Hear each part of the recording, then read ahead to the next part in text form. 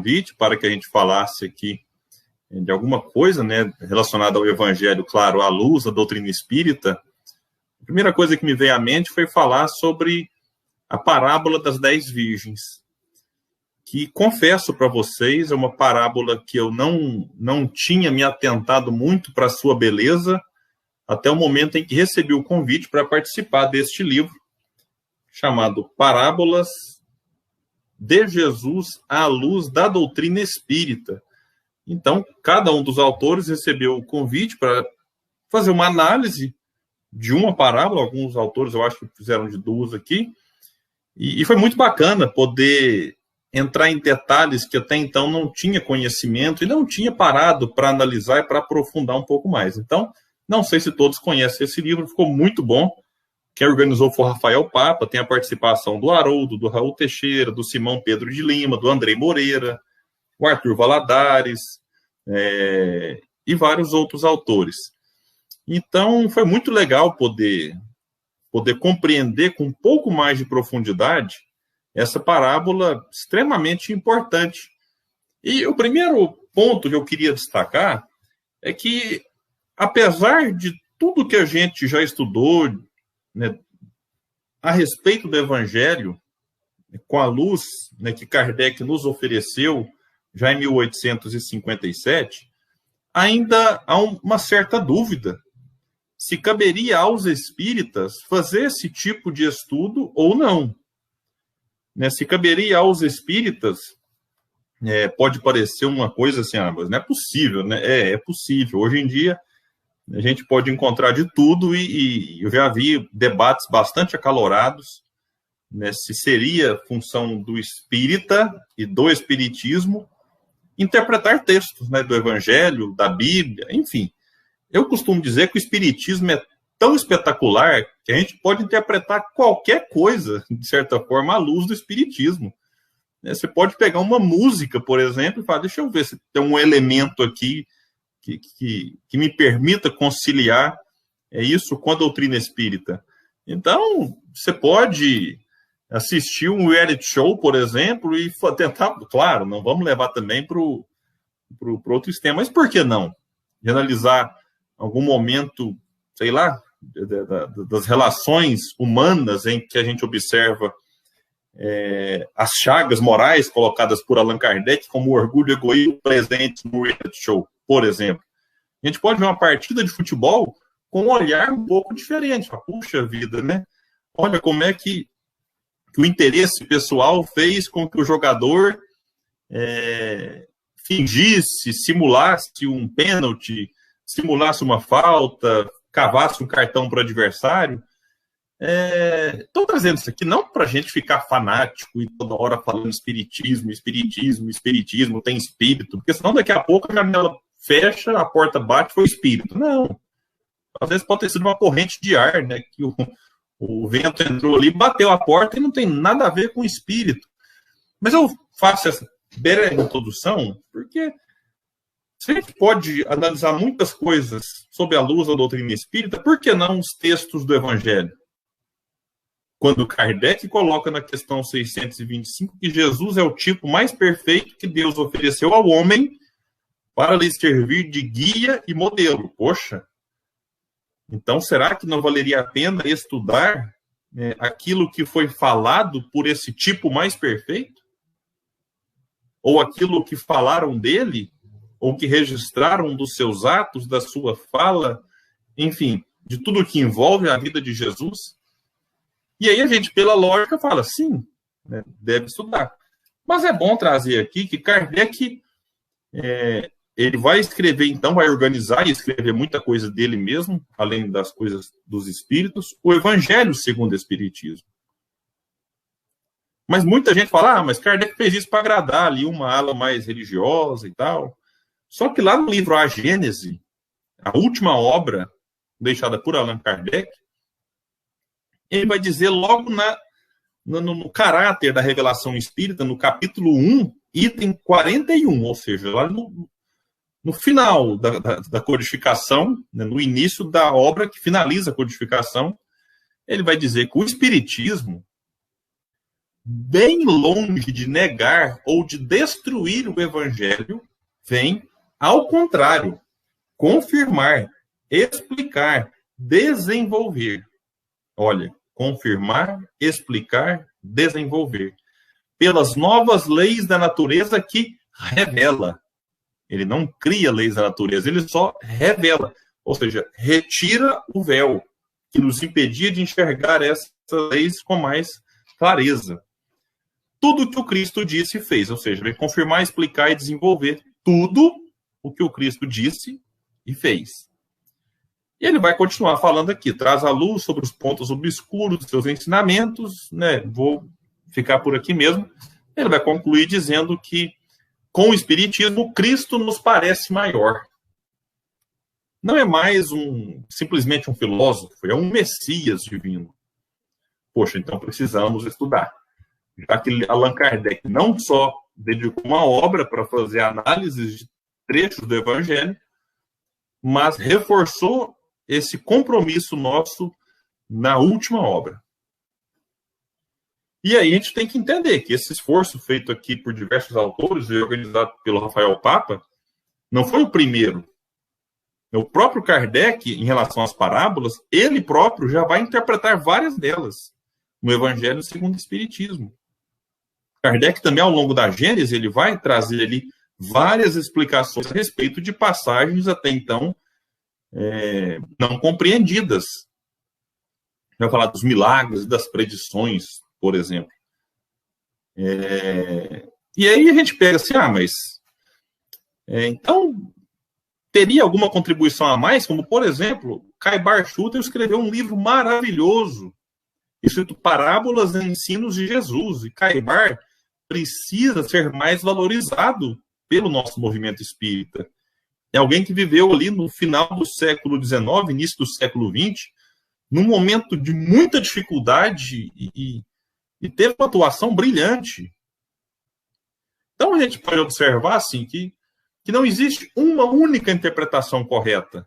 É claro que você pode fazer uma interpretação muito esquisita, equivocada, cheia de coisas, mas a gente pode, como vai dizer Paulo, né?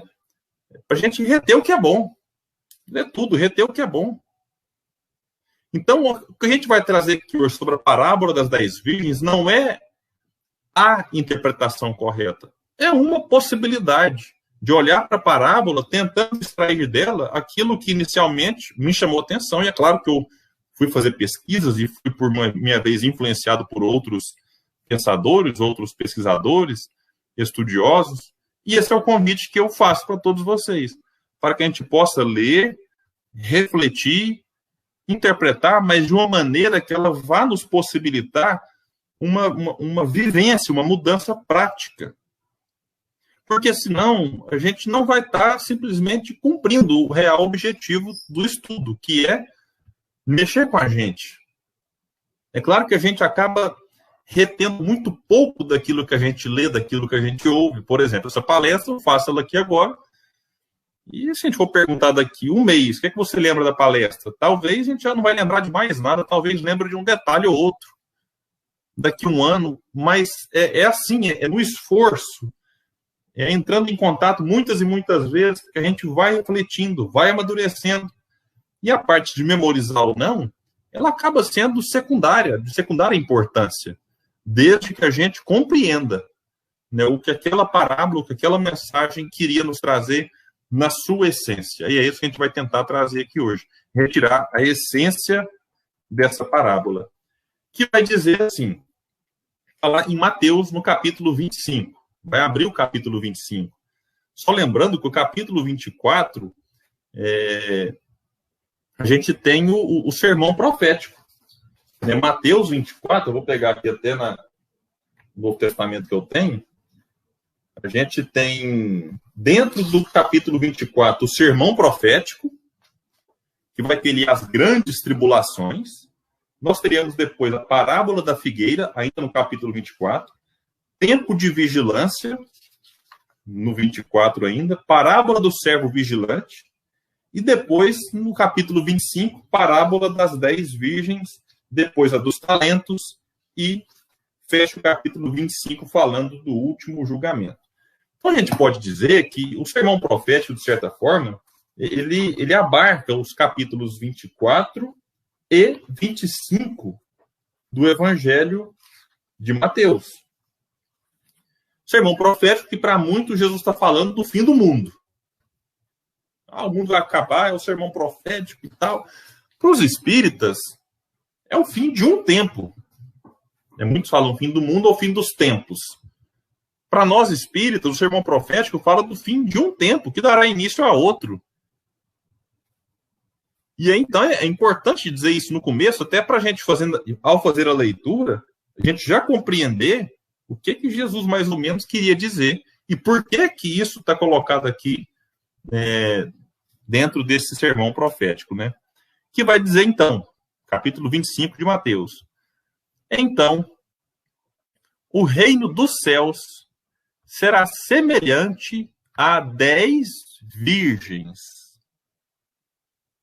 O reino dos céus será semelhante a 10 virgens, que, tomando suas próprias lâmpadas, às vezes candeias, vão falar algumas traduções, saíram ao encontro do noivo.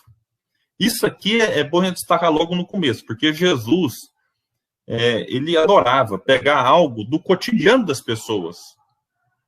Algo que as pessoas tinham familiaridade, conheciam como é que funcionava o ritual, o mecanismo. Para quê? Para falar daquilo que elas desconheciam. Então, Jesus parte do conhecido para falar do desconhecido. Então, o que ele pega aqui agora? Um casamento dentro da tradição judaica. Para falar de quê? De reino dos céus. Isso aqui eu acho interessante. Assim, ele, em várias outras parábolas, vai pegar o quê? A criação de ovelhas, a relação de um pai com 2 filhos, que um pede a herança, um homem caído à beira da estrada, parábola da figueira, parábola do semeador. Então vai pegar sempre assim, coisas que quem ouvia tinha uma base meio concreta para tentar compreender o abstrato. E aqui agora ele vai falar de um casamento, em que 10 virgens saíram, pegaram as suas lâmpadas, as suas candeias e saíram ao encontro do noivo. Virgem, é bom lembrar, eu vou depois aqui explicar detidamente os personagens que fazem parte dessa parábola, mas só para já avisar logo de cara. Virgens aqui tinham outro conceito. A gente pegar a tradução de virgem tem muita relação com a ideia, sendo quase que um sinônimo de jovem. Então, 10 jovens saíram ao encontro do noivo. Pegaram as suas lâmpadas, né? 5 delas eram tolas e 5 prudentes. Agora, por que 5 eram tolas e 5 prudentes? Jesus vai explicar. As tolas, ao tomarem suas lâmpadas, não levaram consigo óleo de oliva. E pode pensar assim, o que tem a ver? Calma que vai chegar lá. As prudentes, porém, levaram óleo de oliva nas vasilhas, com suas próprias lâmpadas. E tardando o noivo, então o noivo atrasou, todas cochilaram e adormeceram. Bom, eu fui pesquisar na internet e vi que esse atraso, o noivo ter chegado tarde, era, digamos assim, parte do ritual. Ou seja, a tolice de 5 virgens porque era do tipo assim, se tudo desse certo, o noivo chegaria à noite. Então, se ele vai chegar à noite, por que você não pega o óleo, que é o elemento básico para que a candeia permaneça acesa? Então, as prudentes pegaram as candeias e pegaram o óleo. Mas à meia-noite, como costumava ser, era parte da tradição, houve um clamor. Eis o noivo. Saía ao seu encontro, vinham anunciando ali alguns homens na frente, amigos do noivo. Então, todas aquelas virgens se levantaram e prepararam suas próprias lâmpadas, suas candeias. As tolas disseram às prudentes: dai-nos do vosso óleo de oliva, porque as nossas lâmpadas se apagam. Porque a candeia, que for pensar na internet depois, vai ver, é um objeto ali, né, de barro, e aí na pontinha aqui, às vezes fica tipo um paviozinho que você acende, aquele pavio, ele puxa o óleo que está lá dentro e fica aceso. Mas se não tem óleo, vai acender e apagar. Acende e apaga, acende e apaga. Aquela luzinha muito fraquinha que fica. Não se mantém, porque não tem o combustível para alimentar aquele fogo. Só que aí as prudentes responderam, dizendo: de modo nenhum. Talvez não seja suficiente para nós e para vós. Ide antes aos que vendem e comprai para vós mesmas. Ao saírem para comprar o óleo, veio o noivo. As preparadas, vejam que ele troca a palavra. Eles chamavam as 5 de prudentes, agora essas prudentes se tornaram aqui as preparadas. Entraram com ele nas bodas e a porta foi fechada. Posteriormente, não fala quanto tempo, vieram as virgens remanescentes dizendo: Senhor, Senhor, abre-nos a porta. Em resposta, ele disse: Amém vos digo que não vos conheço. Portanto, ai, porque não sabeis nem o dia, nem a hora. E aí a parábola se encerra. E quando eu li isso aqui para escrever para o livro, eu falei: meu Deus, eu já tinha lido essa parábola, tinha passado por ela, mas não tinha... O que eu vou escrever? Porque não sei vocês, meus amigos. Depois vocês podem até comentar no chat aqui. Eu não estou lendo os comentários para não me perder muito aqui, mas estou acompanhando alguns. Inclusive, aproveito para desejar boa noite para todo mundo que chegou. Não cumprimentei antes, é sem delicadeza aqui dar nome um por um, mas boa noite a todos que acompanham aqui conosco. Mas quando eu li isso aqui, eu fiquei incomodado. Por quê? Eu pensei assim, puxa vida, mas Jesus que ensinou a dividir o pão, a compartilhar o pão, a ter solidariedade, a ter compaixão, misericórdia, de repente conta uma parábola em que parece que exalta o egoísmo, a individualidade, a falta de senso coletivo. Só que aí, com a explicação que eu fui encontrando, eu entendi que a ideia não é essa, mas eu vou fazer aqui um suspense, lá na frente a gente explica qual que é a essência dessa parábola. Mas aqui, gente, por que tola e por que prudente, né? Quando a gente olha assim, fala, realmente, é uma tolice gigante, porque você tinha noção, tinha conhecimento que o noivo chegaria tarde. Por que mesmo assim não leva óleo? Então, é uma tolice óbvia. Em que a gente olha agora, né, olhando aqui, e fala, não, como que alguém pode escolher não levar óleo nessa situação? É a mesma coisa, gente, que se a gente for fazer uma caminhada, vamos supor, uma caminhada de 20 quilômetros, saindo de casa às 6 da manhã, às 6 da tarde. Já ali, quando você sai às 6 da tarde, tá claro. Aqui em Uberlândia, por exemplo, tem um sol para cada um. Mas se é uma caminhada de 4 horas, supondo um ritmo de 5 km por hora, num ritmo bom, vai durar pelo menos 4 horas a caminhada. Então, como é que eu não vou levar uma lanterna?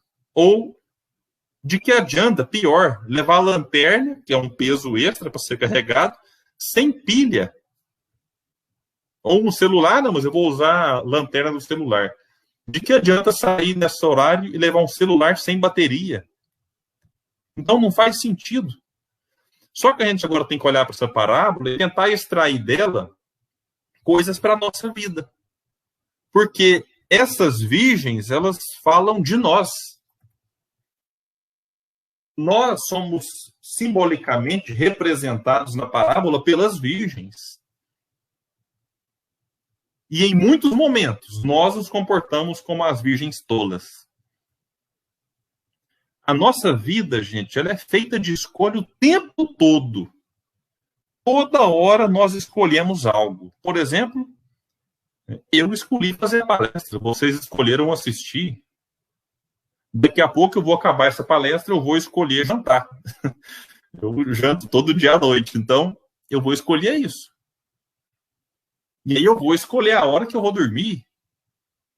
Tudo bem que nós somos influenciados e tem coisas que a gente, de certa forma, não escolheu e mesmo assim a gente acaba sofrendo as consequências, às vezes, das escolhas feitas pelos outros. Mas aí é uma questão, né, de sociedade, aí daria um outro tipo de reflexão. Mas mesmo nesses casos, a nossa escolha de não escolher ou de ter uma outra escolha, como, por exemplo, quando, na democracia, aquele que governa, ele não foi escolhido por todos, ele foi escolhido pela maioria. E nem sempre é a maioria da população, mas é a maioria daqueles que foram votar. E aí, mesmo aqueles que não escolheram, eles são governados, né, isso, mas aí é uma questão de um regime político, né, que é o mais avançado, né, que a gente já concebeu até o momento, mas tirando essas questões assim vinculadas à área democrática, à área política, que não é só em governar uma cidade, um estado, um país, mas vale para o centro espírita, vale, enfim, para outras questões em que o voto e quem perde tem que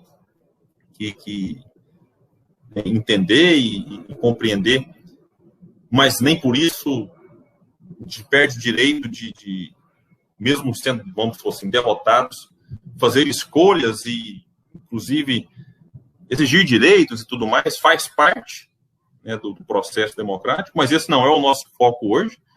O ponto que eu quero dizer é, todos nós escolhemos o tempo todo. Todos nós. E, às vezes, a gente escolhe coisa que os outros olham e falam, mas não é possível. Não tem lógica. Vai dar, como diz os jovens hoje, vai dar ruim, né? Vai dar ruim. E mesmo assim escolhe. Eu fico pensando, se tinha alguém vendo as virgens tolas fazendo aquela escolha de pegar candeia e não pegar óleo, alguém deve ter visto e pensado assim, meu Deus, não vai dar certo. E talvez, aqui é claro, a parábola, gente, é uma alegoria. Pode ser que nem tenha existido isso aqui.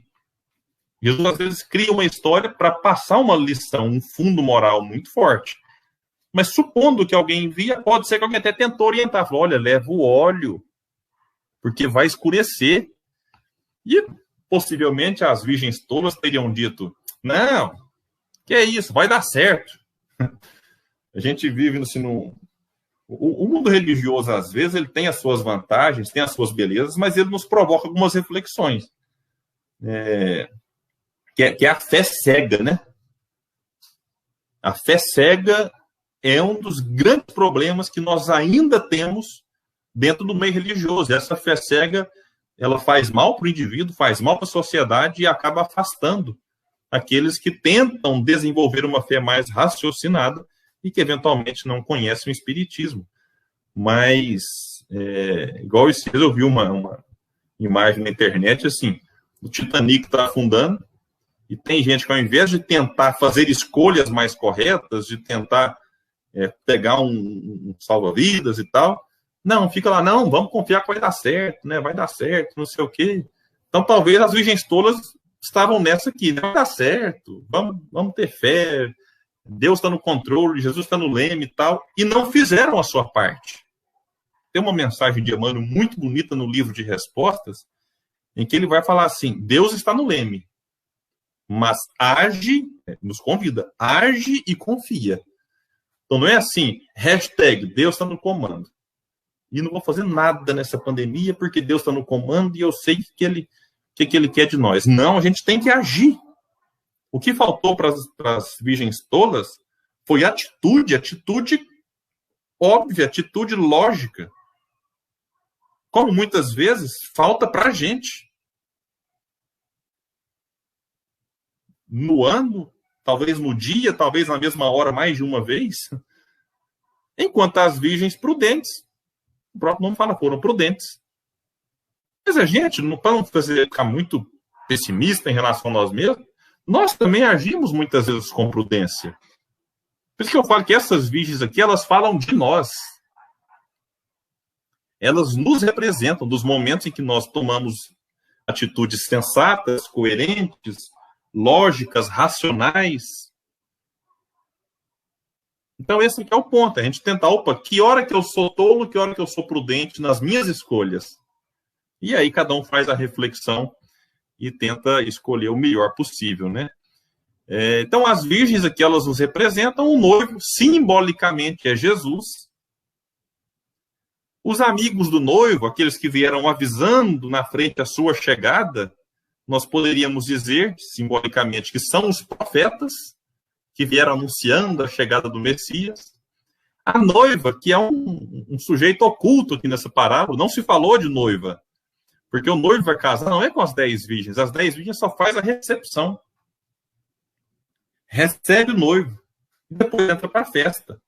A noiva, que é um sujeito oculto, a gente poderia dizer que é a Terra, o planeta, de certa forma a humanidade, num casamento com Jesus. Bom, o casamento, então, é a união do Evangelho de Jesus com a humanidade. O presente, qual que é o presente, William? O presente também é oculto, não se fala.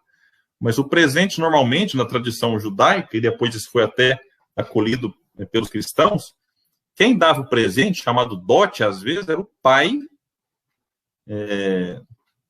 do noivo, enfim. E o presente aqui é o Evangelho. O Evangelho, ele é de Deus, trazido por Jesus. Tanto é que Kardec, na introdução do Evangelho segundo o Espiritismo, ele fala que a parte moral do Evangelho é um código divino, não é um código cristão, não é um código espírita, é um código divino, ou seja, um código de Deus. Bom, e essa festa, William, que festa é essa? Bom, se o casamento é a união do Evangelho com a humanidade, a festa seria, né, aquele momento em que o planeta sobe um degrau na escala evolutiva. Lembrando que essa parábola está inserida no contexto do sermão profético. William, então se vai ter uma festa, quem que vai entrar nessa festa? Quem for prudente. Ou, eu gostei muito da última palavra escolhida ali, quem estiver preparado. Preparado. Quem não estiver preparado não vai entrar para a festa. Agora, aí talvez muita gente agora está aqui preocupado. O que eu preciso ter, então, para entrar nessa festa, que é essa união do Evangelho quando a Terra subiu um degrau na escala evolutiva? A parábola nos disse. É necessário ter a luz condizente, a luz para aquele momento. É necessário ter luz própria. É necessário ter a iluminação espiritual para que a gente... É como se fosse um ingresso, para que a gente tenha a permissão para fazer parte dessa festa. Bom, e agora, dizendo isso, e a gente falou aqui de tanta coisa, que os amigos do noivo eram os profetas, as virgens nos representam, eu preciso dizer que aquele óleo que estava na candeia, simbolicamente falando, representa a luz espiritual. Ou, se a gente quiser trocar a palavra, porque lá é a luz que ilumina o ambiente físico. E eu estou falando agora de luz espiritual. Ou posso trocar a palavra luz por evolução. Se lá atrás eu disse que eu achei estranho, como é que Jesus conta uma parábola que dá a sensação que exalta o egoísmo, o interesse pessoal, o não compartilhamento daquilo que a gente possui? Olhando essa parábola com os olhos do Espírito, nós precisamos concordar que o que as virgens prudentes fizeram ao negar o óleo às virgens tolas não foi um gesto de egoísmo. Bom, se fosse sentido material, sim. mas ali levando para o aspecto espiritual, quer dizer assim, ninguém consegue passar, doar, emprestar que seja evolução espiritual para o outro. Se a gente voltar na parábola e trocar as palavras ali, e as virgens todas falam assim, olha, me dá um pouco de luz espiritual, me dá um pouco de progresso, me dá um pouco de evolução. Como é que eu vou dar evolução para alguém? Não tem jeito. Eu costumo dizer que ninguém evolui para o outro. Não dá para fazer um download de evolução e um upload de outra pessoa. Não dá. Pode ser quem a gente mais ama no mundo. Assim, poxa vida, hoje eu quero dedicar minha evolução para ele. Não tem jeito. William, mas uma mãe e um pai ama muito um filho. Ama mesmo. Eu tenho um casal que digamos assim, é um amor que quem aqui é pai e mãe não sabe nem explicar direito. Mas, infelizmente, ou felizmente, eu não consigo evoluir para eles. Porque o progresso é individual. Embora ele se dê no contato com o outro, na vida em sociedade, que começa numa família. Então, quando eu olho para essa parábola agora, entendendo que aquele óleozinho negado simboliza a evolução espiritual, aí tudo fica mais claro. Vou falar, então está explicado por que elas recusaram. Porque não tem jeito. William, mas então deu trabalho para elas buscarem o óleo com quem vende. Deu trabalho. Imagina, né, levando ao pé da letra, você sair meia-noite, no escuro, lembrando, não tinha energia elétrica naquela época, então você tem que sair no escuro, já que a sua candeia não estava acesa. Não tinha asfalto. Nossa, que piso maravilhoso para você fazer uma caminhada rápido. Detalhe, não tinha supermercado 24 horas aberto. Então, onde é que você vai comprar óleo? Agora, qual que é o simbolismo aqui? É porque a conquista do óleo é difícil. A conquista da evolução espiritual é complicada. Adquirir virtudes não é um processo assim. No estalar de dedos, eu peço para Deus paciência, então é um passo de mágica, paciência foi dada para o William. Não. Eu faço a prece e Deus fala assim, vai lá e compra com quem vende, simbolicamente. Vai lá e adquira. O comprar aqui é nesse sentido, de adquirir. Eu preciso conquistar progresso espiritual. De que forma? Passando pelas experiências da vida. Ninguém pode evoluir para mim, como eu disse. Por isso que as prudentes recusaram o óleo para as tolas. E ninguém pode passar por aquilo que eu tenho que passar. Porque se alguém passar, quem fortalece é esse alguém, não eu mesmo. É mais ou menos um professor que ensina um aluno, chega na hora de aplicar a prova, ele fala assim, não, deixa que eu faço, gente. Poxa, mas aí os alunos não vão tirar a nota para passar de ano. Então, são os alunos que precisam fazer a prova. Eu gosto de citar outro exemplo, é a academia. Já pensou? Eu estou precisando fortalecer. Eu quero ficar com o braço mais definido. Aí eu ligo para um amigo meu que eu sei que vai na academia todo dia e fala assim, opa, tem como você fazer academia no meu lugar hoje? Ele fala assim, olha, poder até que posso, né? Eu vou lá e falo, opa, então vou fazer academia em homenagem ao William. Mas quem que vai ganhar os méritos? Quem que vai sair da academia fortalecido? O meu amigo. Né? Se eu estou com dente cariado, com dente com algum tipo de problema, não adianta eu pedir para minha esposa, e eu adoraria fazer isso, porque eu tenho pavor de dentista, não adianta eu pedir para minha esposa, olha, vai lá e trata da cárie no meu lugar. Ela fala assim, mas a cárie está em quem? Está em mim ou está em você? Eu falo assim, infelizmente a tragédia é que ela está em mim. Gente, tratar de dente é um negócio difícil, mas nossa senhora.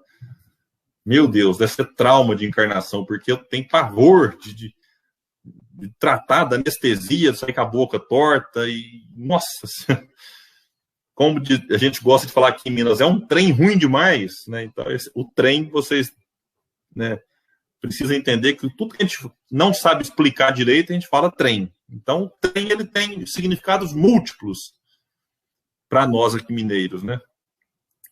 Então, a lição é essa, né? A luz espiritual é adquirida pelo próprio Espírito, não pode ser transferido. E eu também não posso aproveitar da luz do outro. Porque se pudesse, certamente Jesus teria finalizado essa parábola de uma outra maneira. Porque as virgens prudentes talvez falariam assim: não, só fica aqui com a gente, que quando o noivo chegar, vocês entram junto. E a gente entra junto aqui para o lugar e vai para a festa. Se Jesus não contou a parábola desse jeito, é porque não dá para pegar carona. Ah, mas como assim pegar carona na evolução espiritual? Ixi, tem demais.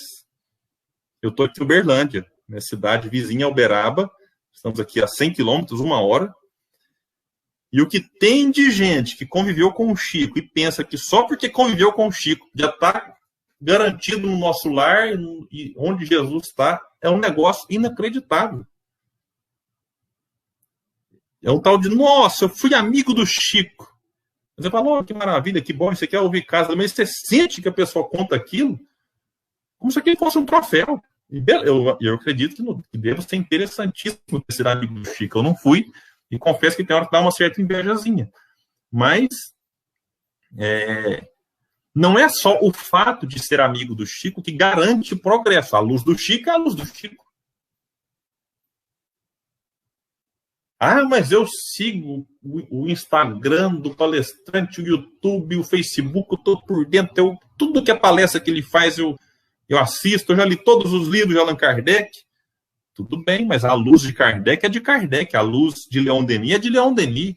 A luz de Jesus é de Jesus. Não dá para pegar carona. Porque se só seguir bastasse, basta eu pegar meu Instagram, seguir a melhor nutricionista do mundo e falar, pronto, vou emagrecer. Ou vou controlar o colesterol só seguindo ela no Instagram. Não. A gente vai precisar fazer a nossa parte. E é claro que seguir no Instagram pode ser uma ótima ferramenta, como seguir palestrantes espíritas nas redes sociais, enfim. Interessante. Mas é necessário compreender que essa aquisição da luz própria se dará através do esforço, se dará através da modificação dos hábitos. E alguém pode estar pensando assim, mas aí, quando é que será essa festa? Porque eu quero me preparar melhor para ela, então, eu quero adquirir logo essa luz. A notícia ruim que eu trago no final das minhas reflexões é: ninguém sabe. Mas como assim? Ninguém sabe. Mas isso é coisa da sua ideia, William. Bom, Jesus, no final dessa parábola, disse: portanto, vigiai, porque não sabeis o dia nem a hora. Na parábola da figueira, que tem relação com transição planetária, como tem essa parábola aqui, Jesus diz assim, a respeito daquele dia e hora, lembra que ele tinha acabado de falar ali do sermão profético e das grandes tribulações. A respeito daquele dia e hora, ninguém sabe. Nem os anjos dos céus, ou seja, nem os espíritos muito evoluídos, nem o Filho, ou seja, nem ele, mas apenas o Pai. William, mas como assim ninguém sabe? Jesus pede para a gente vigiar. Sabe por quê? Porque ficar nessa preocupação com data, eu respeito quem se preocupa, quem gosta de fazer conta, quem fica tentando conectar uma coisa com a outra. Tudo bem, cada um sabe o que gosta e vamos vivendo, tentando ser uma pessoa melhor. Sabe por quê? Porque vamos supor que eu imagino que é 2100. Nossa, 2100, aí agora vai, né? Aí eu desencarno amanhã. Aí eu pergunto assim, o que adiantou preocupar com 2100 se eu vou desencarnar amanhã e serei convidado a fazer essa autoanálise e encarar a luz que eu adquiri enquanto estava encarnado? Lembram de Irmão Jacob, livro Voltei?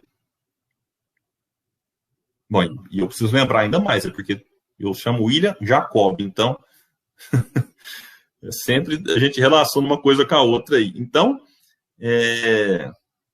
aí eu brinco, né? É meu primo. Mas não, gente. O irmão Jacob é um pseudônimo do Frederico Figner. Mas é um livraço. É um livro que eu recomendo demais, porque é aquilo. Todo mundo, quando desencarnar, vai ter que lidar com o quê? Consigo mesmo. Com as próprias aquisições. Então, de que adianta eu preocupar com data do mundo material, do mundo lá fora, se o meu mundo íntimo continua de prova e expiação? Então, o que a gente precisa fazer é transformar os próprios hábitos, transformar-nos moralmente, que é a recomendação que Allan Kardec nos faz, para que a gente vá adquirindo intimamente o óleo de oliva, que vai iluminar a nossa candeia, o espírito imortal que somos. Agora, se a gente desencarnar amanhã, não sei, pode ser hoje, ninguém sabe. E perceber que a luz talvez não tenha sido lá essas coisas, e ficar preocupado, puxa vida, perdi a oportunidade. Calma, outras te serão dadas. Porque o reino dos céus, voltando lá no primeiro versículo, será semelhante a 10 virgens, e não apenas 5 prudentes. Como a nos dizer, todo mundo vai entrar no reino dos céus. Uns podem fazer parte das bodas antes, na medida em que estejam preparados. Outros podem banquetear-se nas bodas um pouco depois, quando tiver a veste para participar ali, né, do festim, da festa, enfim. Mas o grande propósito é que a gente compreenda que o que vai definir isso é a forma como nós agimos aqui. A gente fica muito preocupado. Tem aquela música linda, né? Um dia todos nós seremos anjos. Mas a música fala, vamos trabalhar e acreditar. Não basta só acreditar, vamos trabalhar, vamos fazer alguma coisa. Dentro do movimento espírita, fora dele, em sociedade, no que refere-se à pandemia. Que como é que eu vou querer virar anjo se eu não sei nem compreender qual que deve ser o meu comportamento de responsabilidade numa pandemia? E aí quer desencarnar e quer virar anjo. Então, como é que eu vou para o céu, simbolicamente falando, se eu não sei viver bem na Terra? É o local que eu vou pegar impulso para ir para o céu. Repito, simbolicamente falando. Então, o Kardec vai escrever uma mensagem muito belíssima, vai trazer lá uma mensagem, o homem no mundo, no Evangelho segundo o Espiritismo. Porque a gente parece, tem hora começa a romantizar a vida em Júpiter, a vida em Sírios, na galáxia, não sei o quê, e esquece que a gente está encarnado com um problema para ser resolvido aqui, enquanto encarnado. As parábolas de Jesus, elas falam do reino dos céus, mas repito o que eu falei no começo, partindo de uma compreensão e de um olhar aqui. Parábola do bom samaritano, é um homem caído, faminto, despido, agredido, violentado. Parábola do filho pródigo, é um homem que se afasta, que faz escolhas erradas, que se afunda nos prazeres e depois faz o caminho de volta. Parábola da ovelha perdida, é uma ovelha que simbolicamente simboliza todos nós que em algum momento nos perdemos. E assim vai, com muitas e muitas outras parábolas, nos convidando a ter uma vivência na Terra que nos possibilite adquirir luz própria, para quando a transição para nós chegar, e ela pode ser a qualquer momento, a gente possa olhar para dentro de nós e perceber que a nossa candeia, que a nossa lâmpada está acesa. E que a partir dessa luz, a gente consiga ter o ingresso para mostrar e falar para Jesus, mestre, eu gostaria de participar da festa com você. Meus amigos, eu agradeço o convite, eu agradeço a oportunidade de estar falando para um público tão distante. Eu estou aqui em Uberlândia, vocês no Rio Grande do Sul, mas a internet é essa bênção, né, que vem facilitar esse nosso contato, esse nosso intercâmbio. Então, eu gostaria de encerrar as reflexões mais uma vez, agradecendo pelo convite, agradecendo a todos que participaram aqui. Que Jesus possa nos iluminar. Nós já estamos aí nos aproximando do fim de semana. Pedir a Deus que possa nos fortalecer, né, nesse momento de pandemia que vivemos. Não sei como é que está a cidade de vocês que me escutam, mas a minha aqui está no colapso. Nós estamos com 100%, né, dos leitos de UTI, de enfermaria, todos ocupados, pacientes sendo transferidos, recordes e mais recordes de mortes. Mas, enfim, eu quero terminar essa palestra, essa reflexão, com uma mensagem de esperança. Vai passar.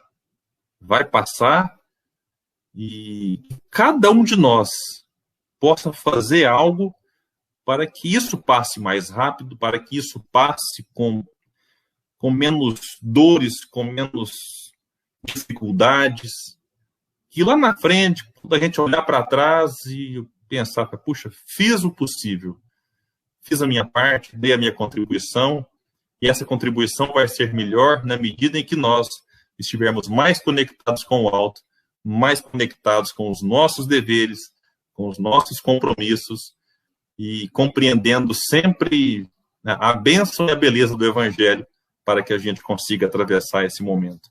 Que Jesus nos inspire. Desejo a todos um